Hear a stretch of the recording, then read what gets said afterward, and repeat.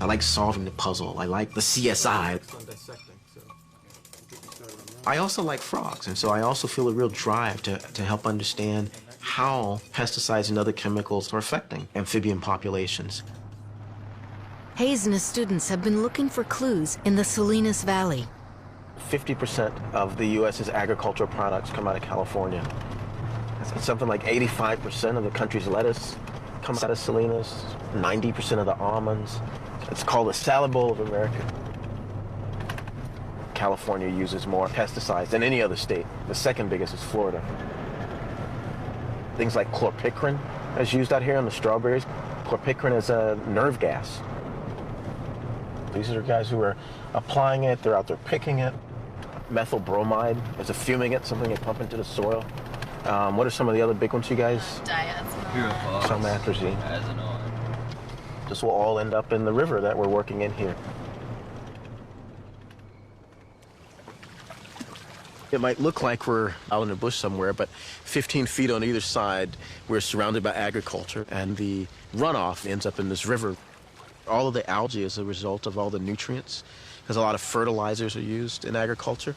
And once those fertilizers get into the water, you get these blooms of algae.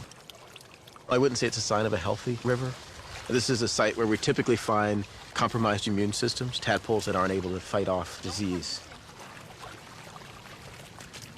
Our data so far suggests that the mixture of pesticides causes an increase in stress hormones, and those stress hormones cause immunosuppression, which leads to the inability to respond to any kind of disease pathogen. Hayes is testing the effects of chemicals like atrazine, a common herbicide.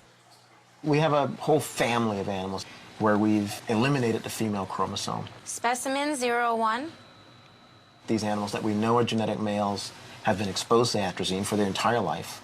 And many of these genetic males now are turning into females.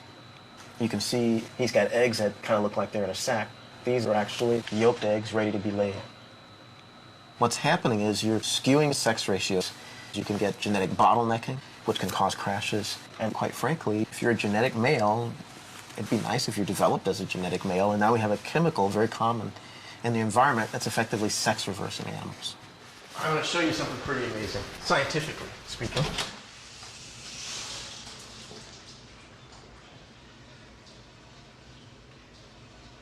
The one that's sort of remarkable is this pair. These are both males. The one on the bottom, acting as the female, we affectionately refer to as Darnell. He's a genetic male that not only acts like a female, he lays eggs like a female. She has been exposed to atrazine all of her life. I don't even really know how to reference it. This is Darnell's third clutch. So Darnell has sons and daughters that we've grown up. You can see eggs in the bottom. This is actually her second clutch for today. She has been copulating for getting close to 24 hours now. This is probably one of the most remarkable things I've seen in my work. But I personally have mixed emotions. I'm very excited about the science and trying to understand the mechanism. But on the other hand, I am worried. This is the most common contaminant in ground and surface water and drinking water. And the level of atrazine that it took to make this male turn into a female is 3 times less than what's allowed in our drinking water.